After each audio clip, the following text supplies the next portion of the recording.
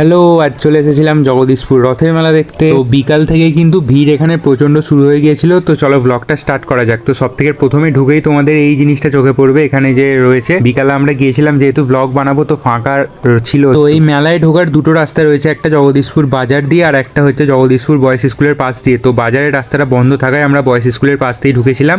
আর দেখতে পাচ্ছ এই যে মেলার বিশেষ আকর্ষণ নাগরদোলা, এটা কিন্তু বসে রয়েছে যথারীতি। তো বিকেল বলে কিন্তু মেলাতে সেরকম লোকজন নেই, কিন্তু সন্ধে হলে এই জায়গায় দাঁড়ানোর পর্যন্ত জায়গা পাওয়া যাবে না। তাই আমি ফাঁকায় ফাঁকায় তোমাদের দেখিয়ে দিচ্ছি কত কিছু রাইড এখানে এসেছে। দেখে নাও, অনেক রকম রাইড ছিল। তো লোক একে একে আসতে শুরু করে দিয়েছিল বিকেল থেকে। আর এই মেলাটায় কিন্তু অনেক দোকান বসেছিল, অনেক, মানে তোমরা ঘুরে ঘুরে ঘুরে দেখতে দেখতে কিন্তু ক্লান্ত হয়ে যাবে। চলো আমি যতটা পারবো তোমাদের সামনে ভিডিওটা কভার করার চেষ্টা করবো। এই দেখো মেলার বিশেষ আকর্ষণ, এটার টিকিট এখন বেড়ে গেছে অনেকটাই, 60 কি 70 টাকা হয়ে গেছে, আগে 50 টাকা করে ছিল। আর দেখতে পাচ্ছ এখানে মেলায় অনেক রকমের কিন্তু দোকান বসেছিল। তবে মেলা শুধুমাত্র তোমরা যে ঘুরতে আসবে সেটাই ঠিক আছে, এসে কিন্তু কেনাটা লসই হবে, কারণ এখানে দাম কিন্তু অন্য জায়গার থেকে অনেকটাই বেশি। মেলাতে এটা সবাই জানো, তাও অনেক সবাই কেনে। তো মেলাতে আসলে অনেকেই কিনতে ইচ্ছা করে।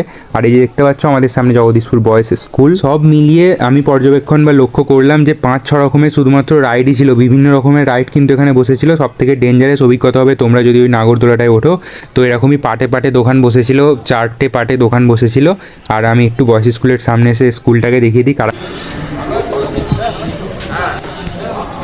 তো আমি মেলার এক সাইডে দাঁড়িয়ে মেলার কিছু সিনেম্যাটিক ভিডিও করারও চেষ্টা করছিলাম। আর এইটা বারবার চোখে লাগছিল, এইটাই মেন আকর্ষণ যেহেতু। তো চারিপাশে ভালোভাবে তোমাদের একটু ঘুরিয়ে দেখিয়ে দিই। তারপর কিন্তু এখানে কর্নেটো আইসক্রিম নিয়ে নিয়েছিলাম, 25 টাকা আমাদের পড়েছিল। আর তারপরে সন্ধে হতেই আমরা মেলার ভিতরে প্রবেশ করছিলাম ভিড়টা দেখার জন্য। দেখো একটু সন্ধে হতেই মেলার পুরো রূপ চেঞ্জ হয়ে গেছে, লাইটিং থেকে শুরু করে সব কিছু কত ভালো লাগছে। একটু আগেও তোমাদের দেখালাম বিকেলে। আর দেখো লাইটিংটা হতে কতটা জাস্ট সুন্দর লাগছে মেলা। দেখো এই হচ্ছে জগদীশপুর চারমাথা মোড়। তো এখানেই কিন্তু রথের মেলাটা হচ্ছে। এই দেখো জগদীশপুরের রথ, যেটা কিন্তু রাখা রয়েছে মেলা থেকে একেবারে সামনের দিকে, একটুখানি হেঁটে তোমাদের গিয়ে তবেই রথটা দেখতে পাবে।